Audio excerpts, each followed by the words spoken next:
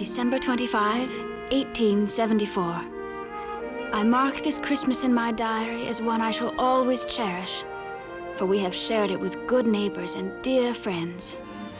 And it is the sharing that brings contentment, the sharing of all things.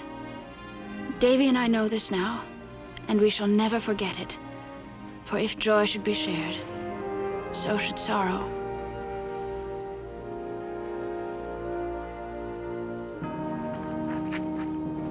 And what greater sorrow can there be than the death of a baby? Even as we laid our little Davy to rest on the prairie, I could not grasp how a child so filled with life and laughter one day could burn with fever the next, until the fever consumed him, and he lay still forever. Seeing as there's no preacher to be had, Dave asked me to say the words. It seems to me there are no words to say that'd ease Dave and Molly in their sorrow.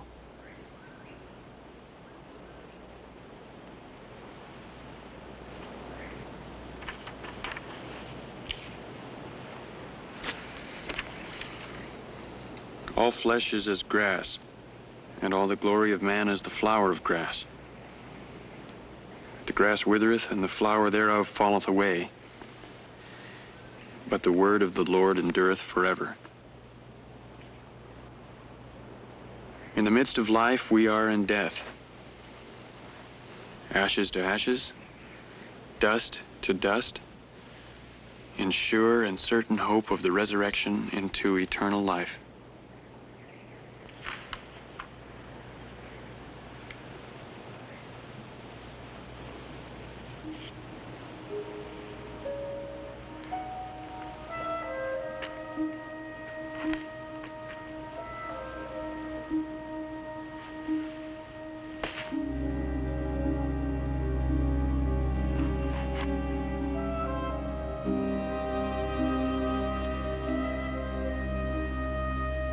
It seems to me now that even as we stood at the graveside, Davy and I resolved that to spare each other we would not speak of little Davy.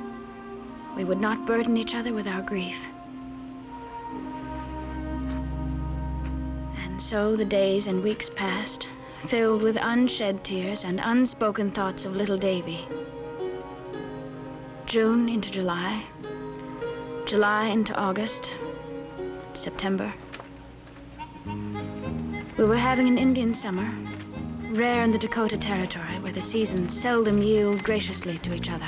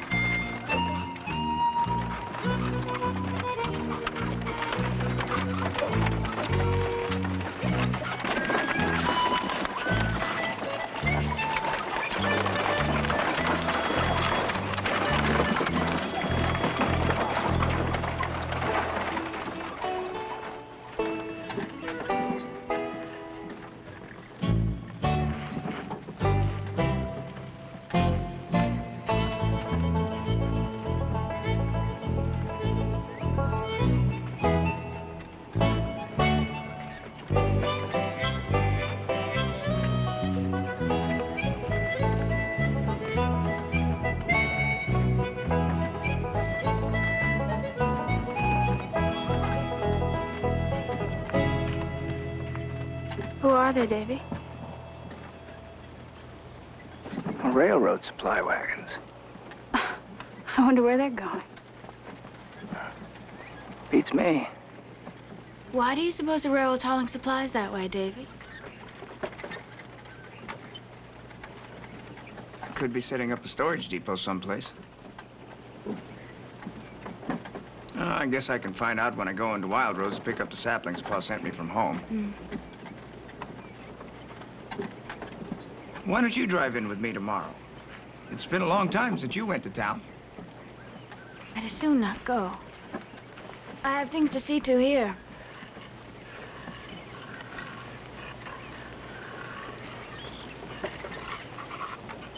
I'd enjoy your company. You have my company every day. Oh, never enough for me. Say you'll go. We'll see. Now I'd best look to the candles, David. David, I must see to the candles.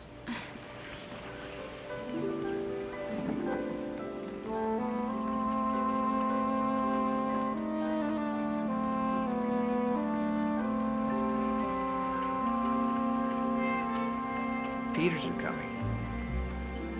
Whole kit and caboodle. Keep them company. I'll put on some coffee. Sure will. Pa, money's allowing. Can we get us a slate? Molly said she'd learn me and the young'uns how to write. Not me. What you said on growing up ignorant? Okay, Charlie, that's no way to talk. I'll put a mind to it. Morning. Morning, Dave. Looks like summer's hanging on. Yeah, hope so. Picking up my saplings from Wild Rose tomorrow. I've got to get them planted before we have our first freeze. You can't wait to set out trees. Molly in the house? Went to put on the coffee as soon as she spied you coming. The young'uns was a badgering to come. Well, and Pa was wondering about them wagons we seen. Yippee! Molly got something good. Watch your manners. Now, you're gonna choke, you don't swallow that. Now, you two get out from underfoot and stay out of trouble. I see you're making candles, so don't mind us. Oh, the candles will keep until we've had our coffee. Wouldn't mind a cup of coffee. Nettie turned out a fair cook since them all passed on, but her coffee seems lacking. The coffee that's a lacking. You've been out of it for a week. I'll get the coffee. I'll give you a hand. Dave? What do you think about them wagons? You figure the railroad's gonna set up a storage depot? Well, I figured it that way. But you know, now that I think about it, it doesn't make that much sense. Railroad always sets up camps and depots ahead of the line of construction. Railroad's not routed to go that way. Maybe Loftus, the company store, made himself a private deal. Helped himself to a load of lumber, and he's selling it to some homesteaders. That wouldn't surprise me.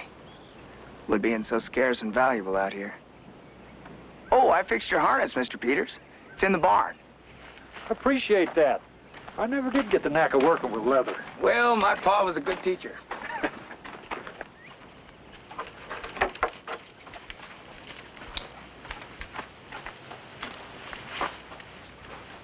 Looks good as new. Thanks, Dave. Glad to do it. Say, did you give any thought to my idea about buying a yoke of oxen for the plowing?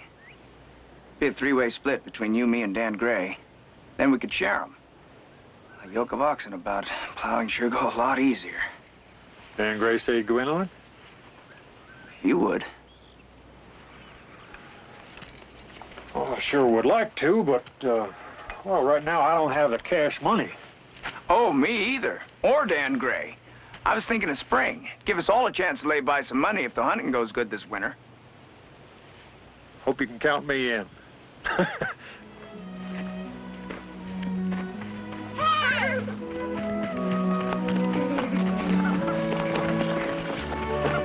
That Charlie shows signs of being taller than me someday.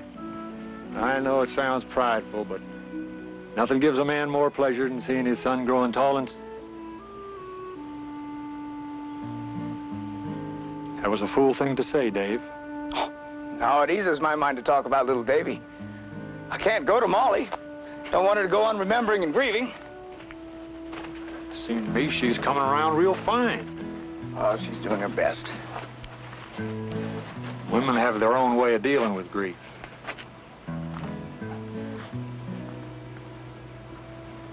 Seems to me you lost a bit of weight. How are you doing? Well, I lost my firstborn. I lost my son. You and Molly have years ahead to have more young'uns. I reckon so. I don't see how anybody can take little Davy's place. I'm sorry there isn't any sugar. I used the last of it for my baking. That don't matter. Pa likes it black and powerful. Dan Gray been about lately? Well, he stopped by last week, but I haven't seen him since. It's a long ride over. Well, I'm only asking because he promised to take Charlie and Flora on an outing to Turtle Creek. That's the only reason I ask. Of course. Will you go along, too? I might. That is, if I ain't too busy with my chores.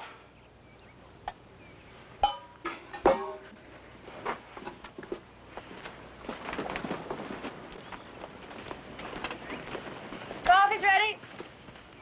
Couldn't be ready ourselves. Dave fixed my harness. Good as new. Looks fine. Now you set it down, take your coffee, pour a spill it, Paul. Sure smells good. Mr. Peters may go in on the oxen with us. Oh, wouldn't that be fun? Where you figure on get the money, Paul? Oxens don't come cheap.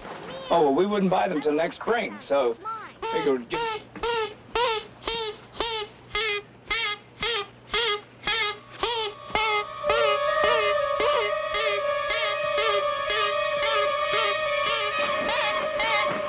Molly!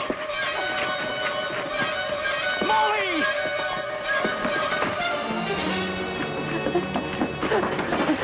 Molly!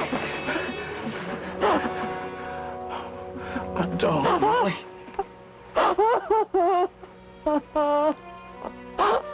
You know Molly wasn't looking to be mean. It was little Davy's play toy you found. And Molly's still hurting because little Davy passed on.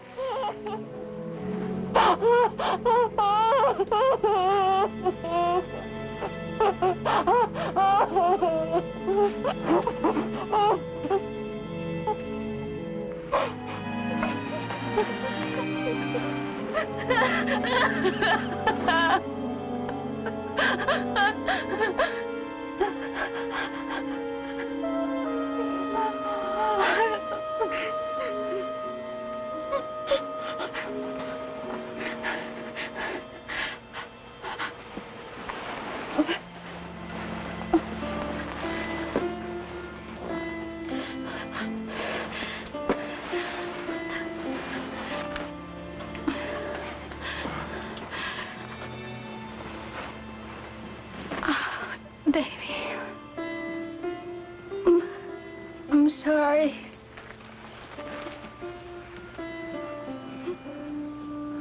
There's no need to say that, Molly. You all right now? I want to go home. Hush up, Charlie.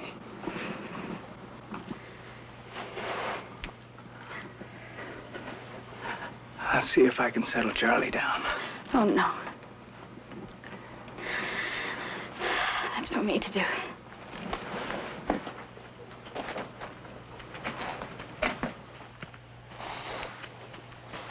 Charlie. I'm sorry if I frightened you.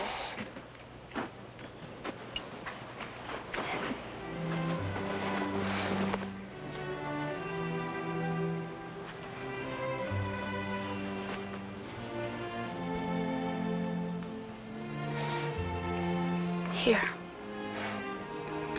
I want you to have this. I'm sure Nettie can make it all shiny again for you. Won't take more than some elbow grease to get that rust off. Now you take the horn and thank Molly nicely.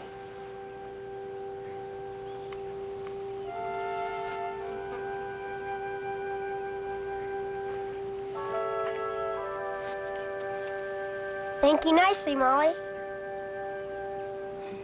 I reckon we'll head home. Nettie's got bread setting. I'm real sorry about what happened, Molly. We wouldn't have caused you no grief for anything. But I guess you know that. It's all right, Nettie. Truly. You folks come over when you can. You bet. Nettie, when I see Dan, I'll remind him of that outing. What outing? Ain't nothing, Pa.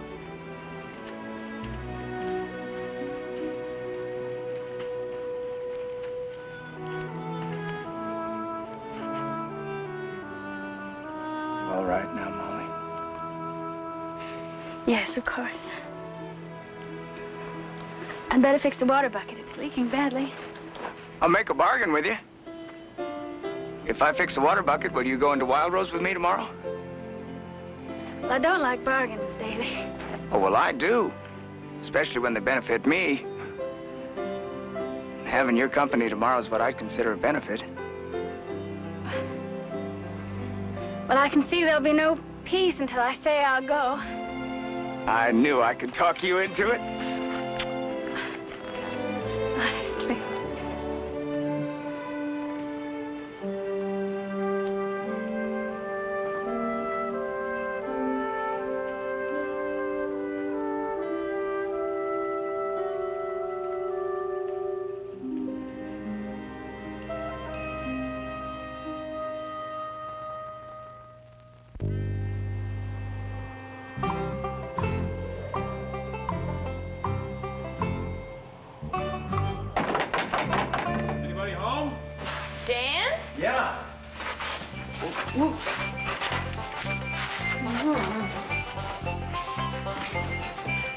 Come on in. I ain't got a looking glass, but I can tell I ain't fit for company. I don't consider myself company. I bagged more rabbits than I can use when I was out hunting this morning. I thought you folks might like one. Thanks, Dan. This family's fond of rabbit stew. And Pa says nobody makes rabbit stews as tasty as me. I stopped by and left one at Dave and Molly's, too. But nobody was at home. They went into Wild Rose to pick up the saplings Dave's pa sent out. I didn't see your pa or Charlie and Flora when I rode up. Well, they's over at the Carruthers getting some milk. I made corn biscuits yesterday. They come out real fine. I mean, I recall you saying you like corn biscuits. I sure do. Seems to me a shame you don't have anyone to fix you the kind of victuals you like. Well, I guess I'm lucky, because I have friends who do. Well, I'll get them. Well, you want to sit? Sure. I was kind of hoping we could get a cow. Charlie and Flora need milk if they's to grow right. Oh, no one can say you haven't done a real fine job mothering those two. Ain't nothing more fitting for a woman to be than a wife and a mother.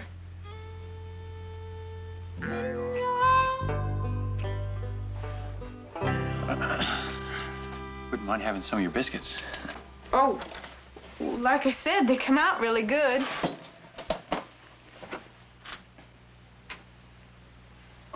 I guess Charlie got to them. Seems to me like I used to do the same thing to my ma when I was no older than Charlie and Flora. Oh, that reminds me, I got something for them.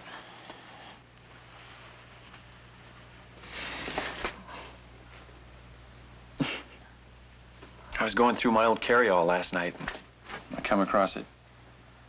I don't know why I held on to it all these years. Could be it was because it was left from when you had a ma and a pa. Nothing takes the place of a family. Well, here, let me show you how it works, and you can show Charlie and Flora.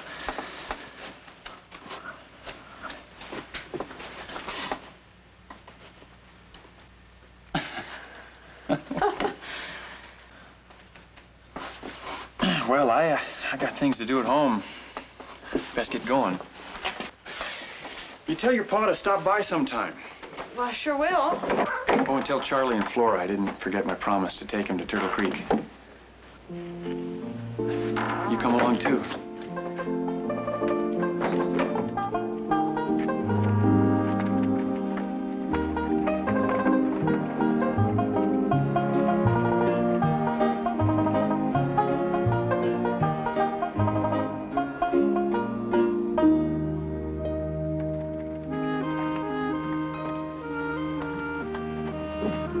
It's been such a long time since we had Dan and the Peters over for supper. Well, I'd be glad to have them. We don't get to see Dan nearly enough lately. I know. And a man living alone never prepares a fit meal for himself. Well, I never noticed it stunted Dan's growth any. Well, just the same, he needs a wife. You do have your matchmaking cap on, don't you? Well, Dan should marry, Davy. He's older than you are. Well, I guess he figures he's got a couple of good years left in him. He's your best friend. Don't you want to see him content? Seems content enough to me. In fact, if he was any more content, he'd be downright dull. I expect you to help, not hinder. I don't intend to do either. Davy, what is he gonna do out there? Oh, ease up. You know I'm all for a man marrying. Why, I made up my mind when I was only 10 that you were going to be my wife when I got to marrying age. Well, I decided that when I was only 8.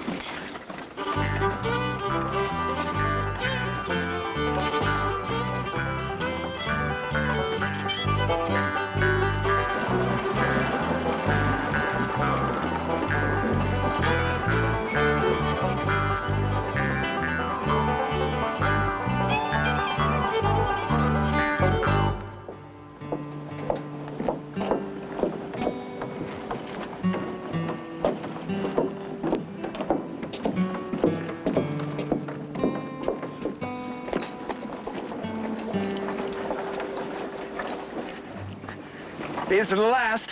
Do you think they're still alive? Well, they look healthy enough.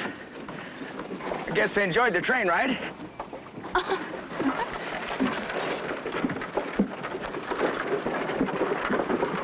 Come on, get up.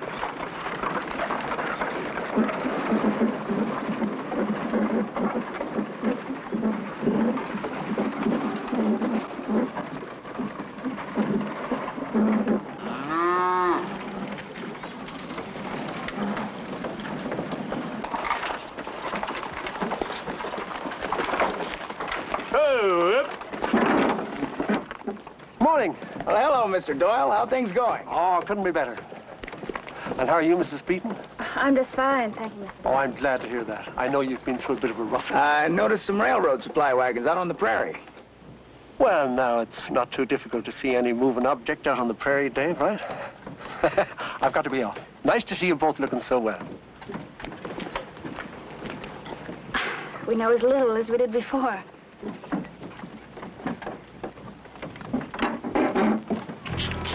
Get up.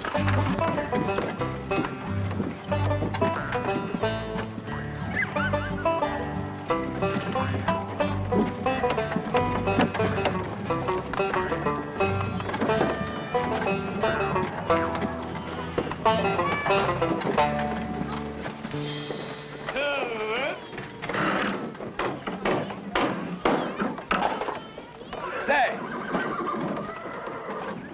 why is the government setting up a land office in Wild Rose? The government opened an office here because all the land is took up in the territory.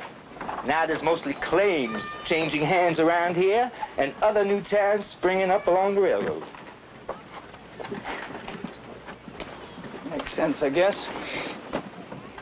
There's something to be said about a man being on the spot when there's a dollar to be made. I don't know that I follow you. Well, a man who has the inside track, a man who knows what the railroad's got in mind, could make $1 or $2 buying up land. It somehow don't seem quite legal to me. No law against a man turning a profit because he's in the know ahead of others. We should go if we're to be home before dark, Davy. On our way.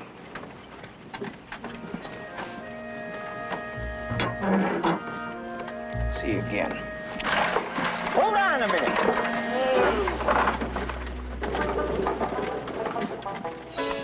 Let me see if you're on the list. What list?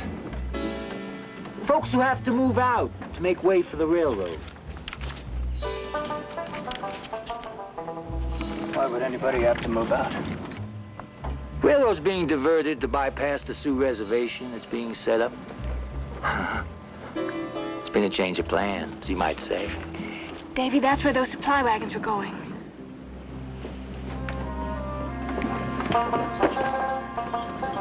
Name's Beaton. You mind telling me who's on that list? Don't mind at all. Abbott, Baker, Bennington, Carruthers, Dimwood, Gray, Smith. Dan Gray? That's what it says. But he's our friend. Railroad can't do that to Dan. The route was laid out before he took his claim. He got his claim legal and proved up on his land. Government gave the railroad the right to preempt any land they need. Matter of fact, I'll be riding out tomorrow with a bona fide representative of the railroad to give your friend his notice. Yeah, we'll see about that.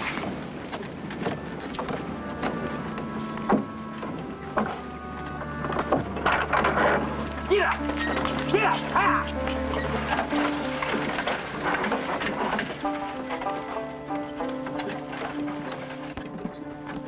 There must be something we can do to help Dan. The railroad has no right to take his land. Oh, it all seems so underhand. It sure does. But I'll be standing right by his side when Yancey and his bona fide railroad representative come to put him off. They won't find it all that easy.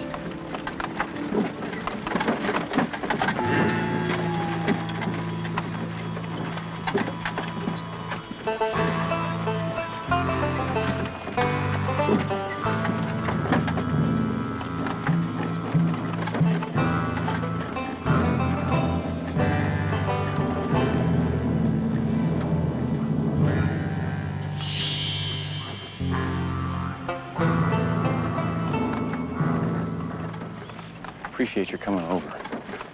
But if push comes to shove, I don't want you mixed up in this. You got Molly to think of.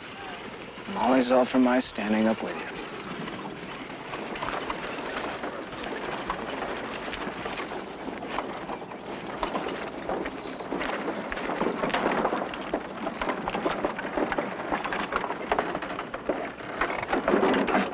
Good morning, boys. What? Didn't expect to have the pleasure of seeing you again quite so soon. Can't say I call it a pleasure, seeing what you come here for. You're wasting your time. You might just as well turn around and head back to Wild Rose. Now simmer down. I'm just a messenger for the government, you might say. Then you can deliver my message back to them. This is my land, and I'm not giving it up. The railroad wasn't set to come through here when I took my claim. I'm not the one that discovered gold in the Black Hills, and the government says that the Indians got to be moved out. What has that got to do with us? The Indians got to be moved someplace. Yeah, well, all the same, I'm not getting out. You tell the railroad to lay their tracks someplace else. Just give them the paper and the $36. What $36? Twice what you paid when you filed your claim. Doubled your money back in no time at all. Now, Dan proved up on his land. He put up a shanty, he put in a crop. Just give them the paper and the money.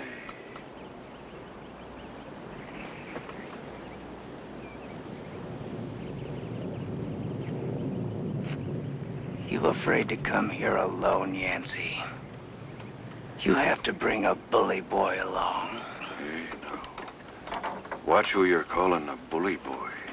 Mr. Park is a bona fide representative for the railroad. A ex-Pinkerton man. I heard about you Pinkerton detectives. Finish up your business, Yancey, before I plant these two.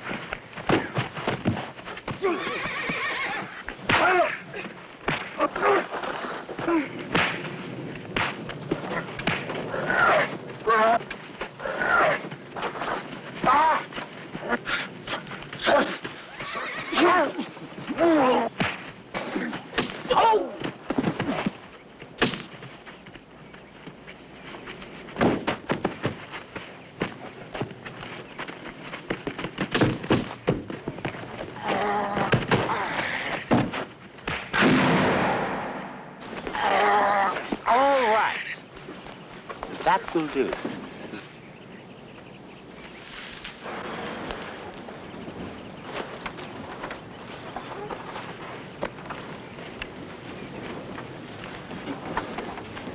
You get that paper served, or I'll plant you too. Simmer down. Simmer down. Here you are. All legal and proper. According to me, it isn't. My. People are sure hard to convince nowadays. Well, when the train and the railroad comes plowing through your shanty, then you can come here and pick it up. I ain't forgetting that. I'll be back too. I'll still be here. And you can count on that. Chop, chop. Can't stand in the way of progress, can we, boys? The country's growing, and we need the railroad. I got 2 years sweating this land, and I'm not moving!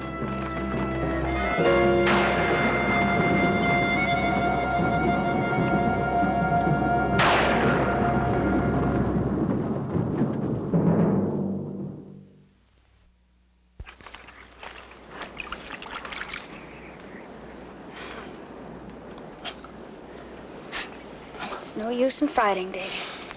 Well, I couldn't very well just stand by while that railroad bully was throwing his weight at Dan. Will you ease up, Molly? It's just a scratch. No, Davy, it'll fester if it's not cleaned properly. Is there anything Dan can do now? He's going into town tomorrow to talk to Doyle. Well, Mr. Doyle is only the construction boss for the railroad. Well, the railroad admires the job he's doing. He might listen to him. I'm going in with Dan tomorrow. Mr. Peters might want to go along, too. No, I intended to ask him. Good. Peters and Danny become like family. The only family we have out here. I guess you still miss your folks, huh? No more than you miss yours. Now take off your shirt. I'll get my sewing box amended. You show me where it says the railroad's got the right to take my land. Now, take it easy, Dan. I've always been a good friend of the homesteaders, and you know it. We've always counted you a friend, Mr. Doyle. But taking a man's land seems mighty unfriendly. I got no say in the matter, Dave. I wish to God I had. The railroad wasn't marked to come my way when I took my claim. And if you're bypassing the new reservation, why can't you bypass my land as well? The surveyors chose the route they considered best, Dan, and you're not the only man who has to get off his land. It just ain't right a man puts his sweat in his place and then loses it. I don't plan to lose it. Who do I talk to over you? Over me, is it? Well, because you can talk to President Grant himself if you like. It won't do you a bit of good. Look, Dan, the railroad made a deal with the government, and the government has what's called eminent domain. Well, what's that? The right to take private property for public use, or to authorize its taking, with just compensation to the owner. Sure, Dan, you're going to lose your land. There's nothing you can do about that, but you'll be paid for it. $36. Yeah. Well, of course, the government did give the right to the railroad. Hey, look what's coming. I'll bet it's not the same price Yancey gets for the land he's bought up. Hell, ain't that a sight?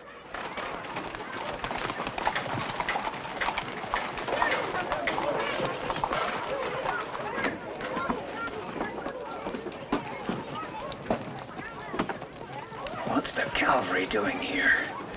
Well, it might be to make sure that you brave sodbusters don't cause no trouble for the railroad. Not the end of the world, young fella. You can always start again. It ain't all that easy starting again. I've had my fill of it.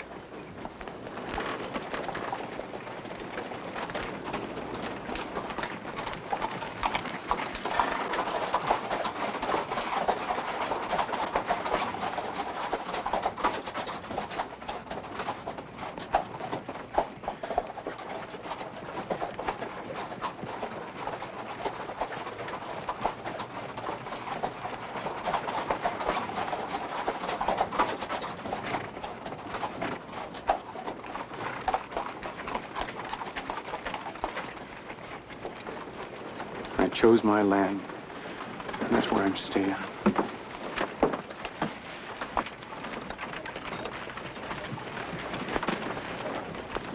It'll take Custer and his entire U.S. cavalry to get me off my land.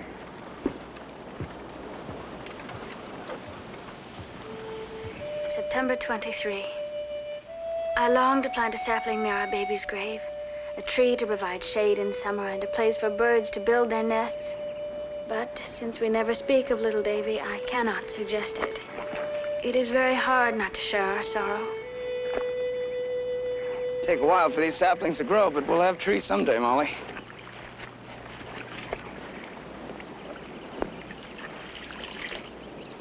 Still nice and soft beneath the bark. You've been wanting trees since the first day we got here. The prairie was so vast and empty. Still is. Well, trees will change the look of it. We'll be the first to set out trees. You've always liked to be first, haven't you, Davy? I guess it's in my nature. Besides, a man gets tired of being called Sonny all the time. Makes him want to keep proving he's a man. That sounds silly to you, Molly? No. Do you think we should ride over and see Dan? Well, I plan to, as soon as the saplings are planted. Besides, it's a good time to leave him alone. Sometimes a man is just not up to socializing. Well, we'll go when you think we should. Wash up. We'll have our supper. I need some more soap.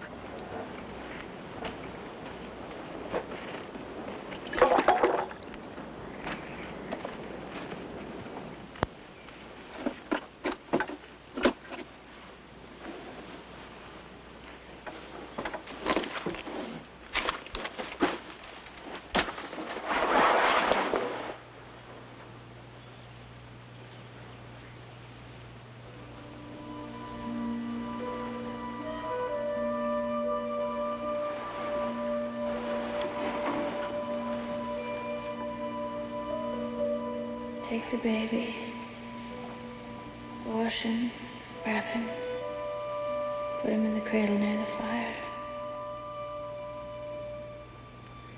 Oh, Molly. Don't you want to see your son?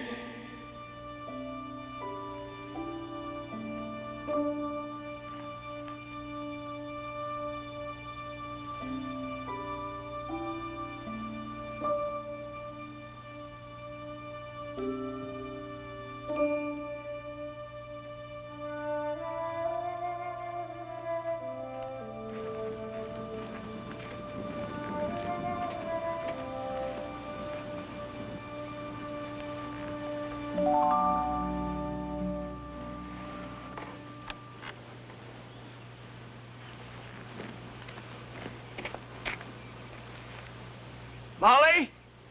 Did you find the soap?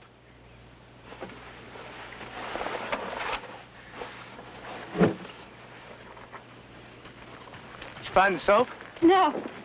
There's such a mess in there, Davy. You really should make order.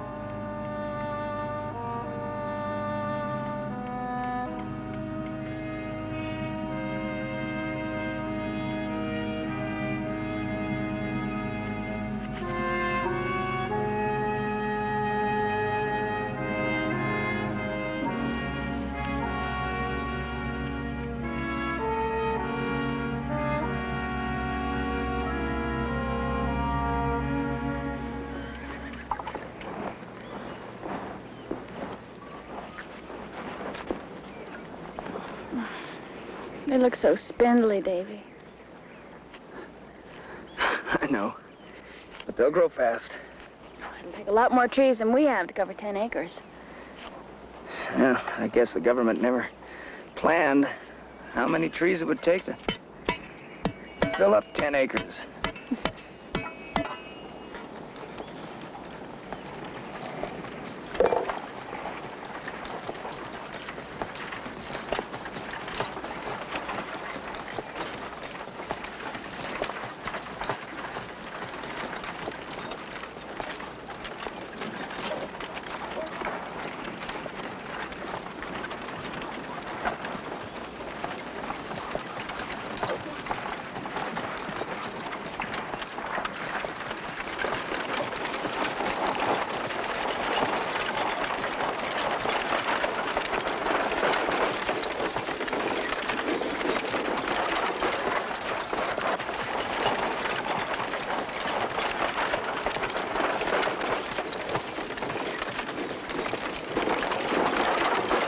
I don't recall inviting you to my property.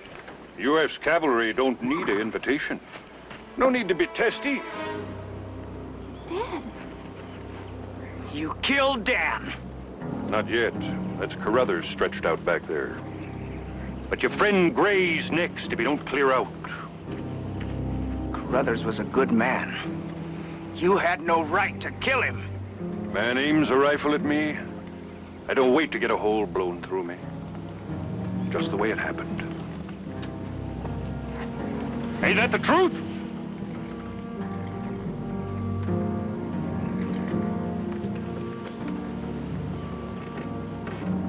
You murdered Carruthers. I'd watch how I put that. Government don't take kindly to a military action being full to murder. You take a good look at Carruthers. A real good look. If your friend don't leave peaceable, he'll be keeping Carruthers company in the Wild Rose graveyard. And if you're planning to stand up with him tomorrow, get there bright and early. And there'll be 2 holes dug in that graveyard.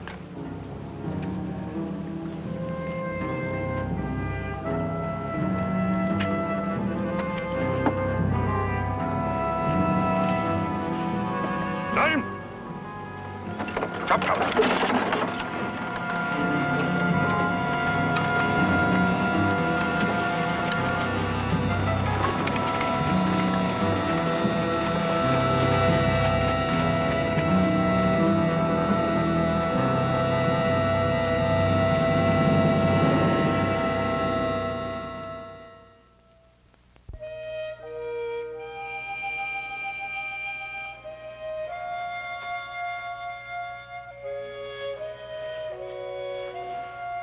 Davy, what are you doing?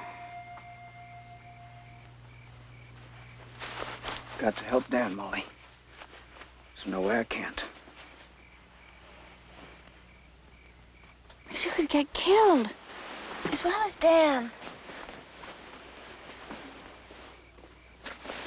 The only way you can help him is to convince him to give up his claim. You think I'm not gonna try? But Dan could be mighty stubborn, especially when right's on his side. And I have to try too. I'm going with you. No, you're not. He might listen to me, if not you. Besides, if I'm there, the soldiers are far less likely to resort to violence. Now you get back in bed. You're not going, I'm Molly. not getting back in bed, and I am going. There's no way I'm gonna let you. You can't stop me, Davy. But I don't know what's gonna happen there, Molly. Then it's all the more reason for me to go. I'm going, Davy. And if you won't take me, I'll go alone.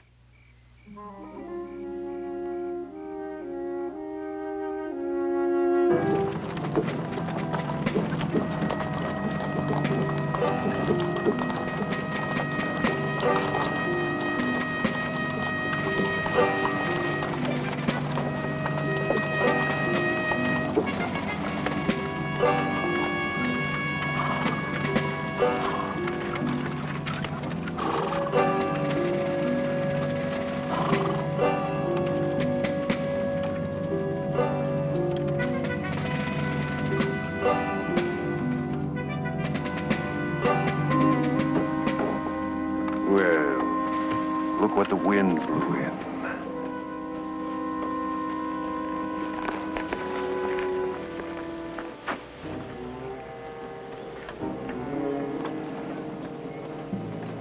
Can I talk to him? He's already been talked to. Not by me. You don't want him out. You want him dead. Only this time you've got witnesses, mister. Unless you're planning to kill us too.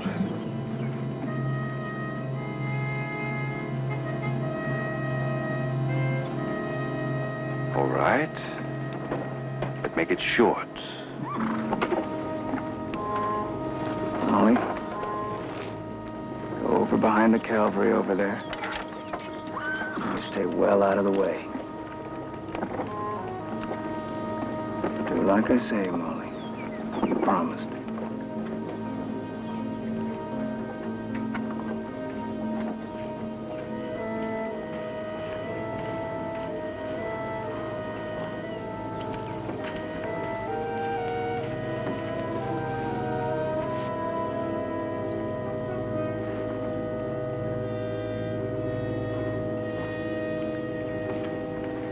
Your gun.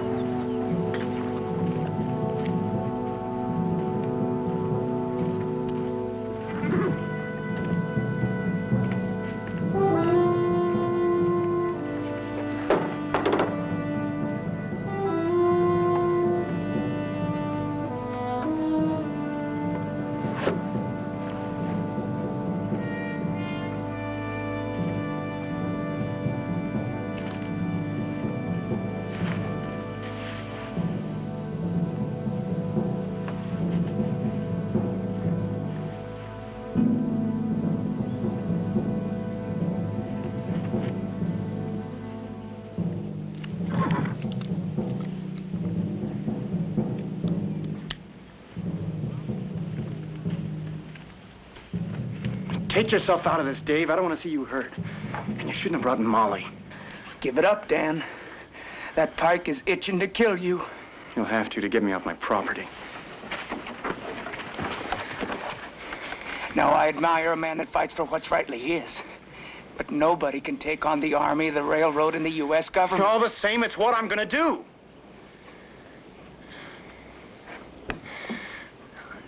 I don't know if I got words to say just how I feel. But from the first time I heard there was free land in the Dakota Territory and rode out to take a look, I knew this was where I wanted to set myself forever. I could see the wheat that'd be stretching across the prairie someday, clear to the Black Hills. The land's all taken now, but I got my piece and I intend to hang on to it. Now stop making yourself a target. It's not worth giving your life for. It seems to me a man ought to care about his own life as much as his friends do. Besides, you won't be going all that far away. I'm giving you my tree claim. Oh, no. I'm not about to deprive you because the railroad wants to deprive me. Well, I don't look at it that way. Been enough talk!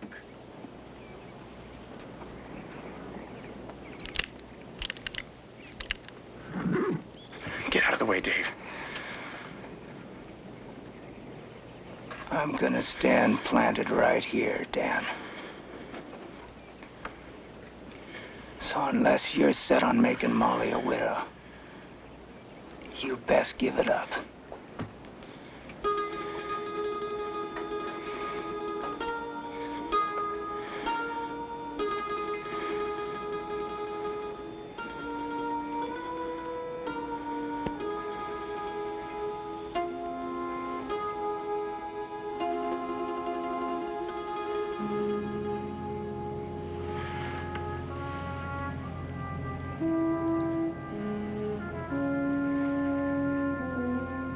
Hand me your rifle.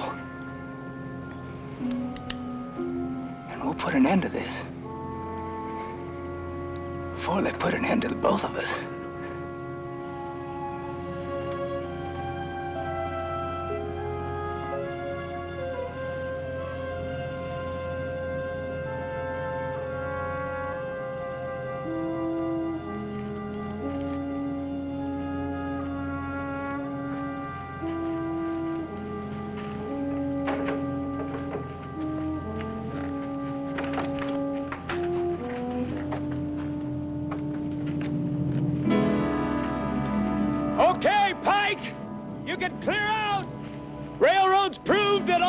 to get what it wants is to call in the U.S. Army.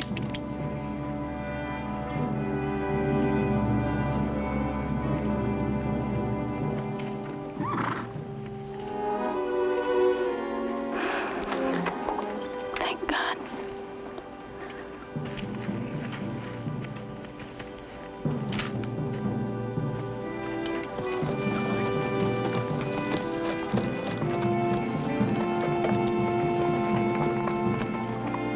Jump, jump.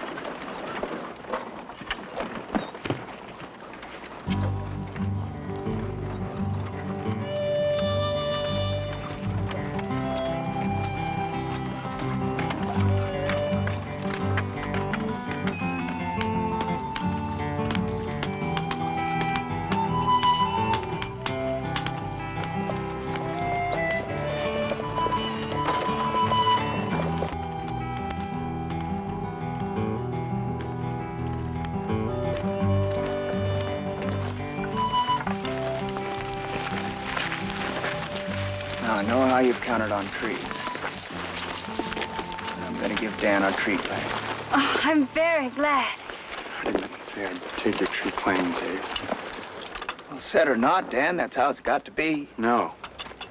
And I wouldn't have given up except I didn't want to see Molly a widow. That's about the only thing I wasn't about to do. Now let's talk sense.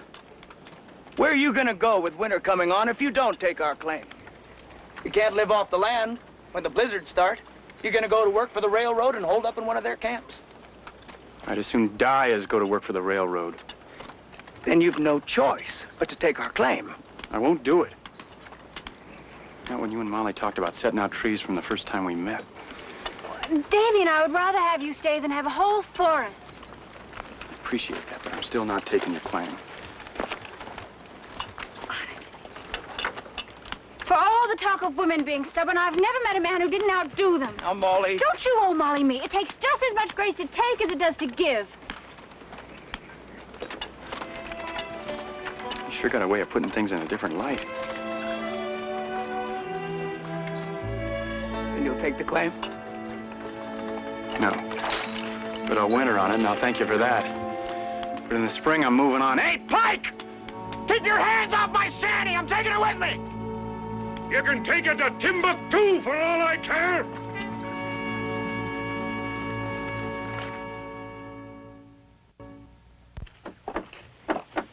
Monday was my wedding day. Tuesday I got married. Wednesday night my wife took sick. Saturday she was buried. Oh, looky har. Oh, looky war. Look right over yonder. Don't you see the old gray goose smiling at the gander? It's almost ready. Good.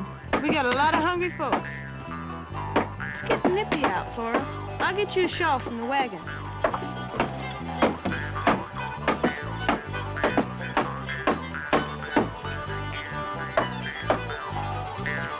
The weather is changing. It'll soon be winter. I know. I can hardly wait till Christmas. There's still a way to go to Christmas. It'll come, just as it always does. I once got a Christmas present. Once? Pa was making some cash money in Yankton and bought me this dolly. Let's see.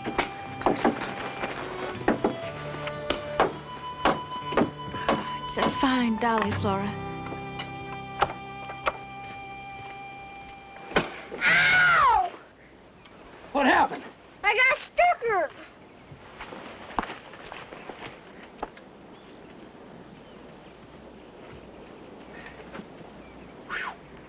Oh, you got yourself a man-sized splinter there, Charlie. I'll tell you what. You shut your eyes. You hold on to me real tight. You sing your best song as loud as you can, and that splinter will come flying out. Whiskey is the life of man. Whiskey, Johnny. Oh, whiskey is the life of man. Whiskey, Johnny. Whiskey, give me a broken nose. Whiskey. That didn't hardly hurt. You've done it good as my paw. I got 2 paws now.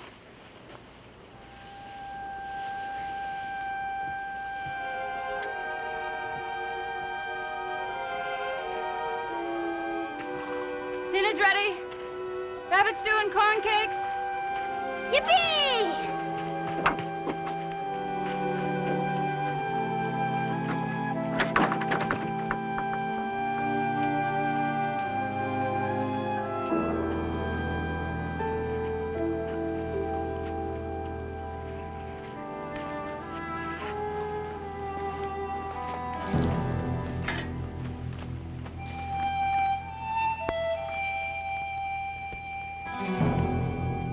September 30. Dan moved into his new shanty today, and although he insists it is a temporary home, he seems content.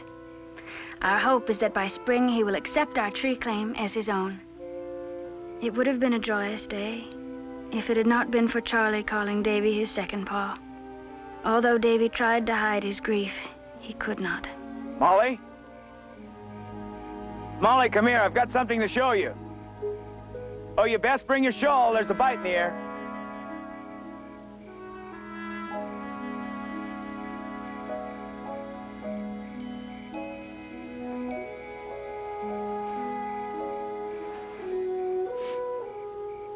Look, Molly. Dan and the Peters. First time there've been 2 lamps out on the prairie. Oh, Davy, it's awfully good to have neighbors. Sure is.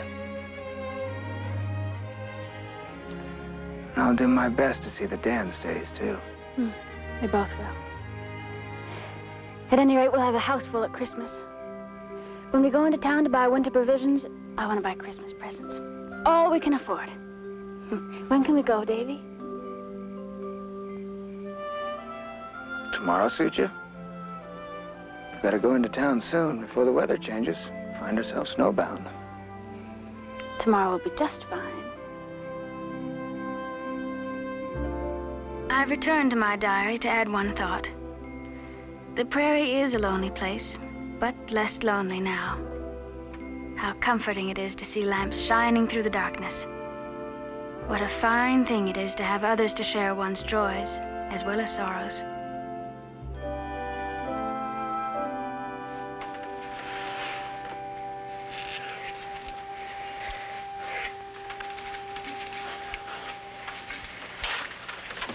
That's for string and not eating.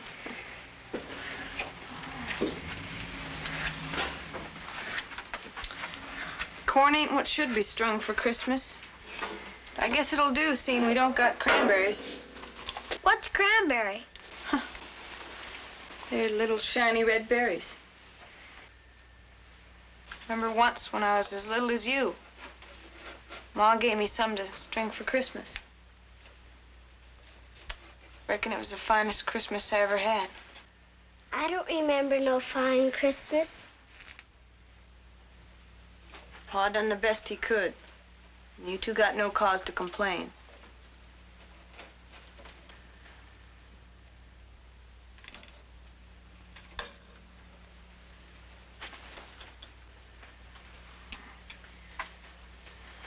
Ma had a way of easing things. I remember once when I was as little as you, I wanted a dolly for Christmas. And I carried on something fearful. Ma said Christmas wasn't dollies, peppermint sticks. Christmas was the Christmas baby God gave to the world. That was the best present anybody could get.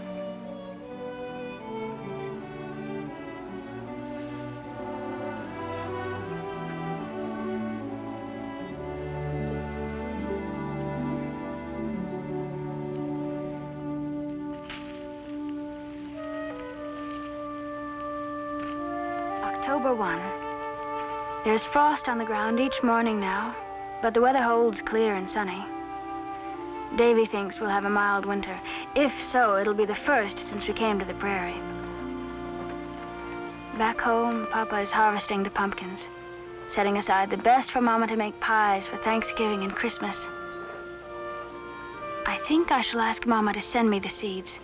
There's no reason why pumpkins shouldn't thrive here as well as in Iowa. We shall have a fine drive to Wild Rose today to buy our Christmas presents. All the happier because the Peters and Dan are going as well.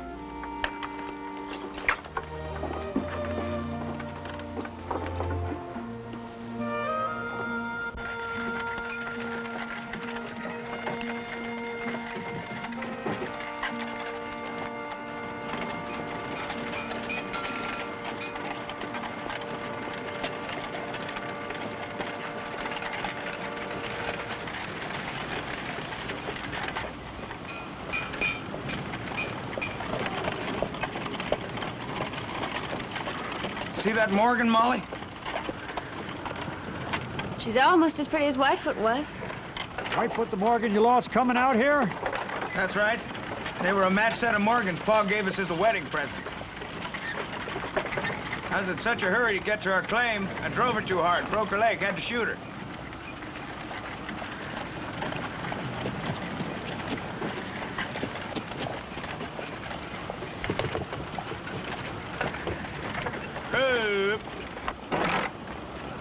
They'll get into mischief if I don't see to them. I'd best see to Nettie, or she takes the things that we can't afford. Someday we'll get another Morgan, Molly. We'll have a matched pair, just like I promised. I'm sure we'll be able to afford one in time, Davy. Guess I'm just not all that good at waiting. Well, let's go. We got a lot to do. Seems like my horse is about to throw a shoe, so I'd best go see to him. Meet you inside when you finish.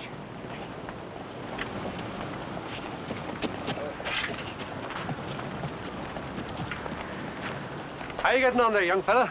Glad we'll be still having you around. For a while, anyway.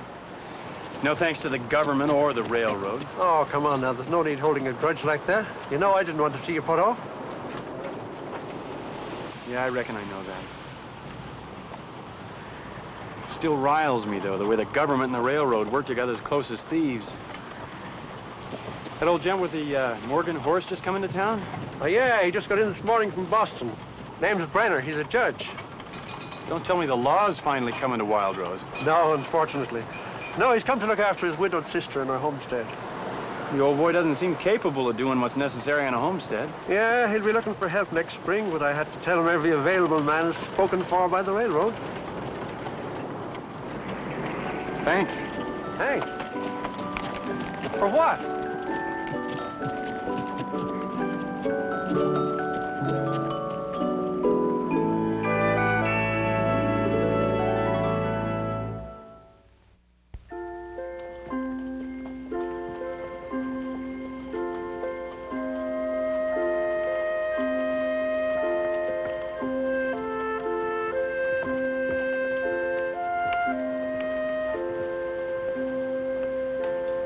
Salt?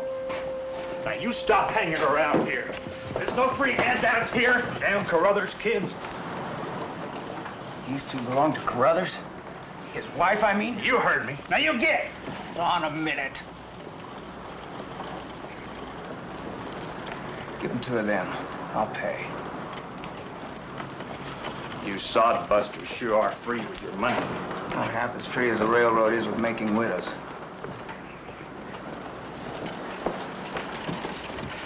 What else you want? Kerosene.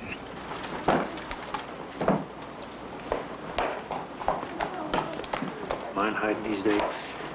I don't want Nettie or the young ones to come across them before Christmas.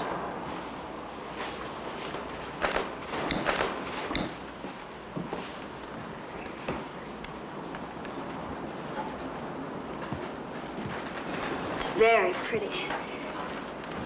Do you like it, Davy? I sure do. It's about time you made yourself a new dress. Oh, no, it's for Nettie. For Christmas. I doubt she's ever had a dress that wasn't a makeover. Then you go right on and make her one. How much will a dress length cost? Exactly 86 cents, ma'am. That much? Yes, ma'am. Never mind. Go right on and get it. All right. One dress length, please, and a spool of matching thread. Apples come too high for us to buy, Nettie. Just 6 won't be all that much. And that's all I need to make apple jelly.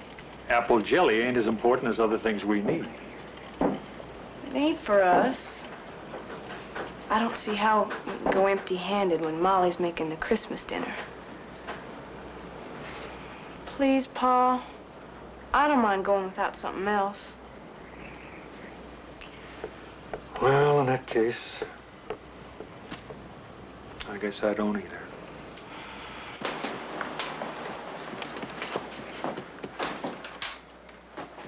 Did you find everything you needed? Just about. You take your time. Did you get your horse shod? What? Oh, no. Found out that he didn't need chewing after all. You come see too, Pa. You come too, Nettie. Thank you, ladies. Please come again.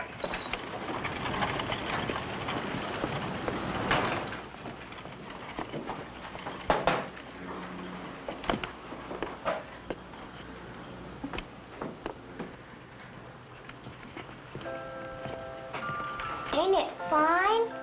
It sure is, Flora. Molly, you come see too.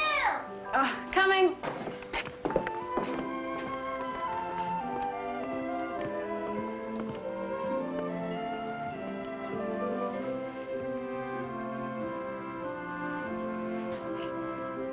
I've never seen a prettier sled. Charlie and Flora come across this sled. Can we get it, Pa? Me and Charlie for Christmas? Well,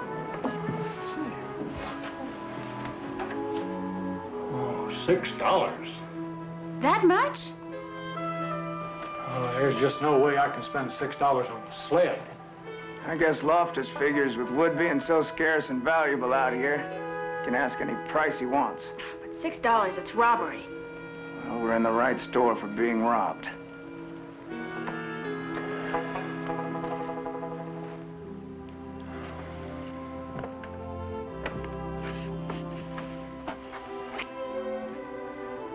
It'd be the best Christmas present I could ever give myself if I could buy you that sled.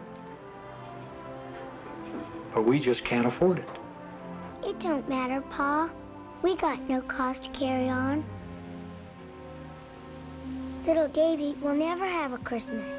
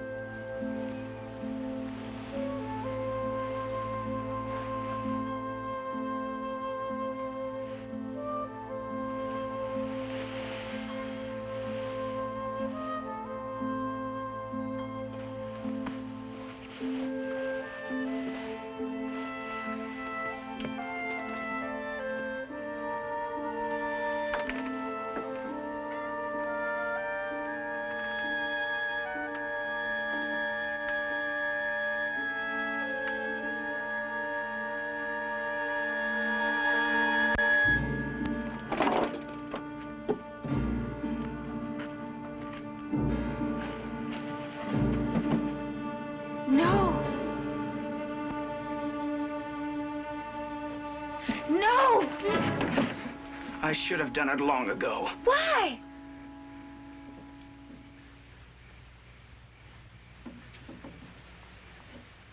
I've seen you in here, grieving over this cradle. Now, Molly, I can't keep other people from doing you harm like Flora did today, but I can do away with this cradle and keep it from reminding you. Do you think I'll remember any less if the cradle is gone? I just don't want it to be any harder on you than it is. It was keeping our sorrow inside that made it harder. We closed ourselves off when we needed each other most, Davy.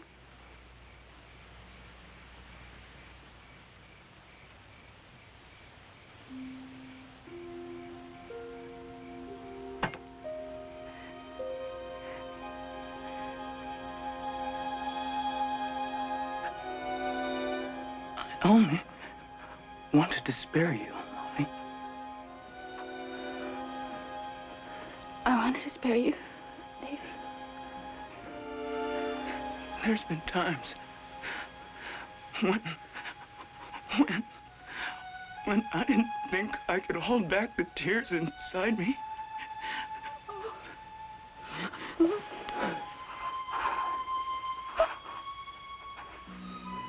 Let them come, Davy.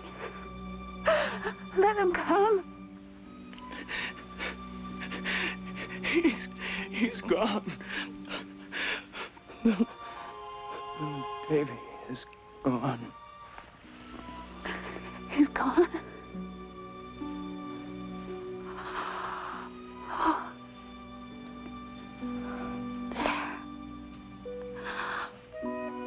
There we said it, Davy. We finally said it to each other.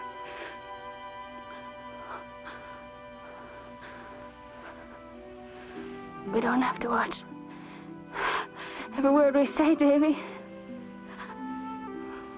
We can talk about little Davy. And how good it was to have him. Even if it was just for a little while. I wanted to talk about him, Molly. It was like he was slipping away. And he was. Because we weren't sharing his remembrance.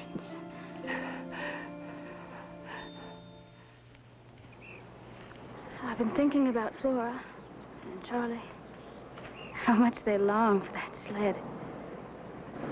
I know. Recall how I felt when I got my first sled. Pa made it for me. Do you think you could make a sled for the children, Davy? I could. If I had the lumber, but I don't.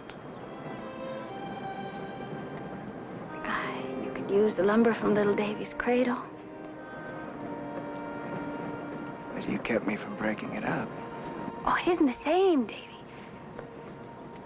You'd be making something of the cradle, something that would bring joy to others. Are you sure you want me to do that, Molly? Yes, I'm sure. You won't feel sorry afterwards? It'll make me happy, Davy, truly.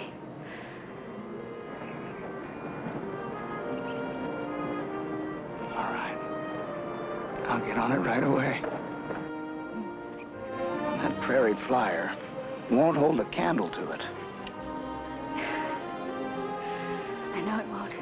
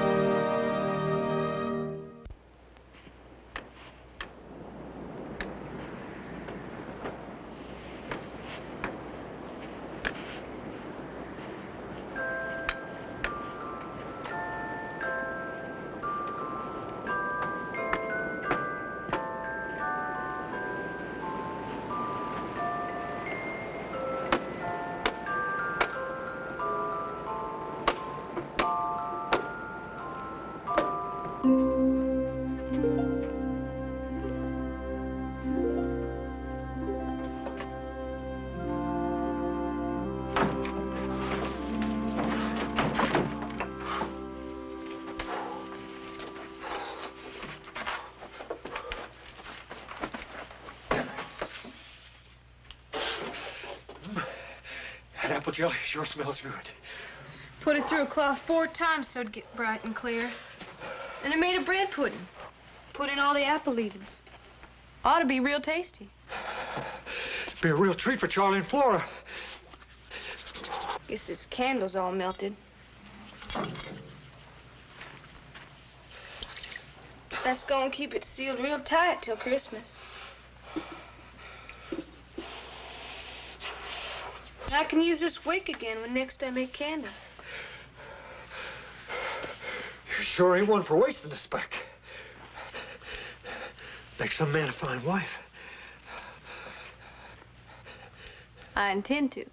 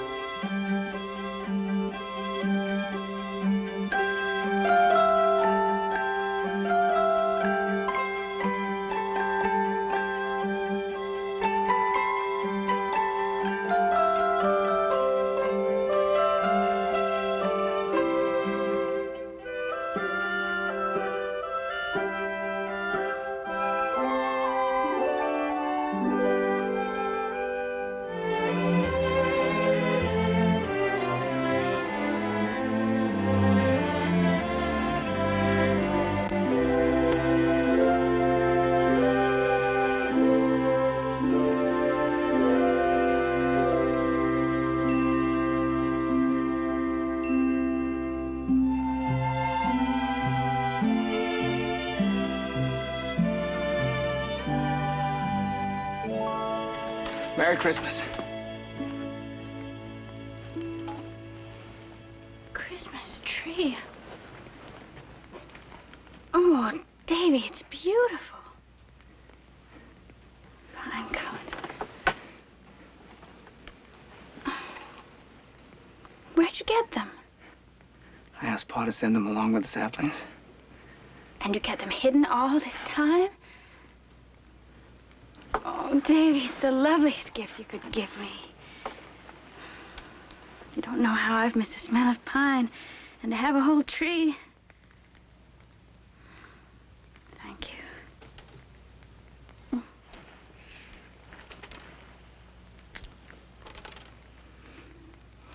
Someday we'll have a real Christmas tree, Molly. Oh, no tree will ever be as dear to me as this one. Now I must give you your gift.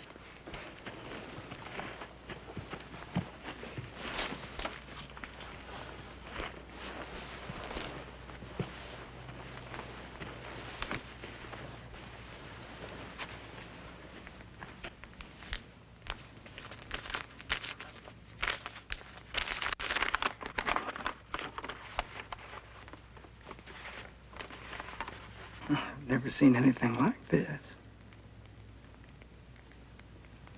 How'd you manage to get it done without my seeing? You do like it? Like it? Well, you just wait and see how I show it off.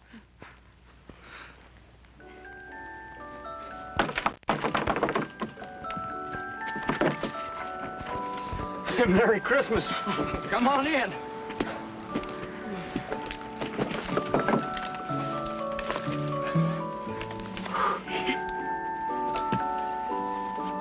Let me take your coat. Oh, just a minute. Got some presents in the pocket.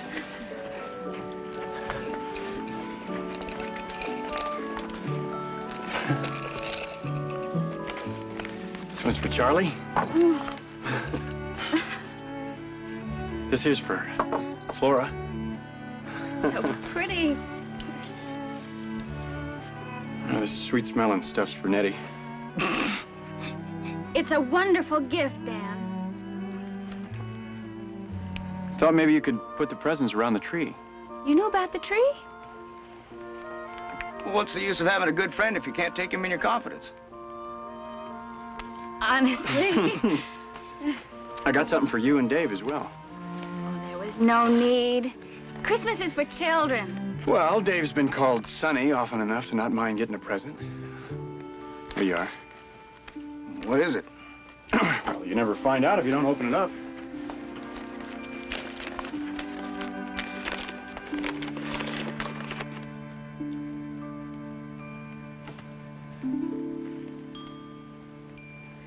Why, thank you, Dan. It's lovely. It sure is. Had a soldier sitting on top, but I'm not overly fond of the U.S. cavalry, so I took it off.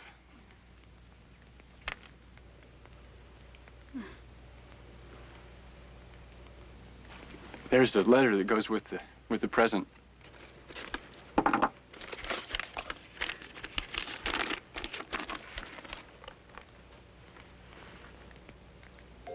You're giving us a Morgan? Sold your labor for it. Toy horse was just to remind you that it's coming. Remember that old gent in Wild Rose with the Morgan horse you admired so much? Well, I made a deal with him. Of course, you won't get your real horse till spring, after I've finished plowing and seeding. Put up a new shanty next to the old soddy where he's living now. But the Morgan's yours. Well, that's what it says on the paper the judge wrote up. Oh, we can't let you give us a Morgan. Can't and won't. There's nothing you can do about it. Deal's writ up and signed. Look, the day you stood up in front of me, chancing a bullet, well, Molly said it takes more grace to take than it does to give. So I don't see how you can do other than take the Morgan. Well, that was different, Dan. Well, I don't see it that way. The only way we'll take your Morgan is if you keep our tree claim. For good, I mean. No. It's the only way. How'd things get so twisted around? A man gives a present to his friends, there oughtn't to be strings attached. There's no string, Dan. Molly and I have been trying to think of a way to make you keep our claim. Looks like you did it for us. No, I'm not taking your tree claim. All right, then I'm not taking your Morgan. Oh, yes, you are. No, I won't. You sure will. No, I won't. Oh, that's quite enough.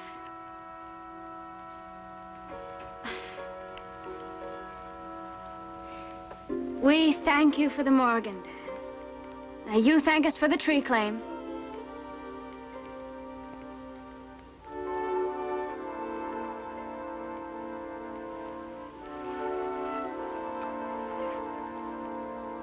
I guess I thank you for the tree claim.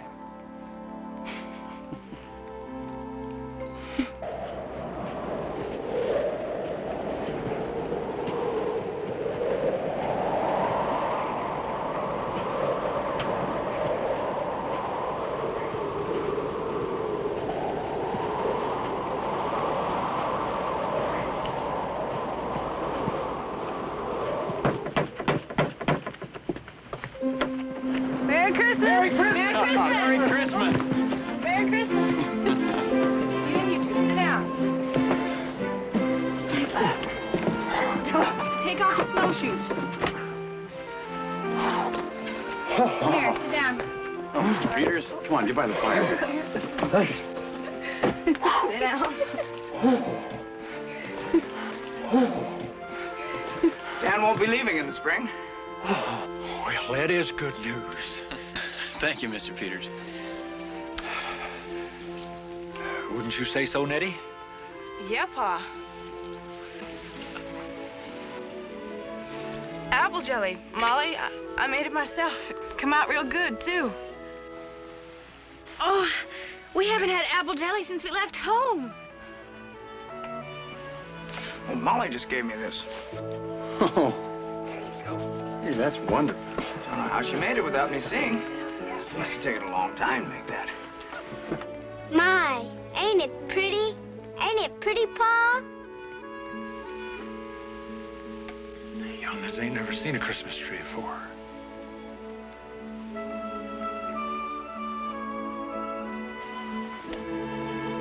I can't think of any reason to hold up giving Charlie and Flora their present. Can you, Molly? No, I can't think of any reason. Well, this is what your pa had me keep hidden from you till Christmas morning.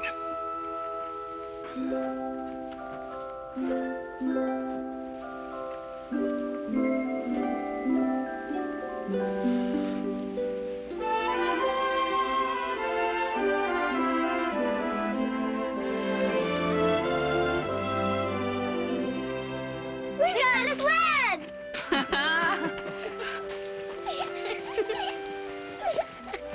Oh, isn't it pretty? Can't wait till tomorrow. Go outside and play in the snow. We got a sled! We got a sled! We got a sled! We got a sled! Fine-looking sled. It looks just like the one in Wild Rose. We got a sled! Say, is anybody against us having our dinner now? I've been watching that bird roast all morning. It's more than I can bear. Well, if we're taking a vote, I vote for dinner. Dinner. December 25, 1874. I mark this Christmas in my diary as one I shall always cherish, for we have shared it with good neighbors and dear friends. And it is the sharing that brings joy and contentment, the sharing of all things. Davy and I know this now, and we shall never forget it.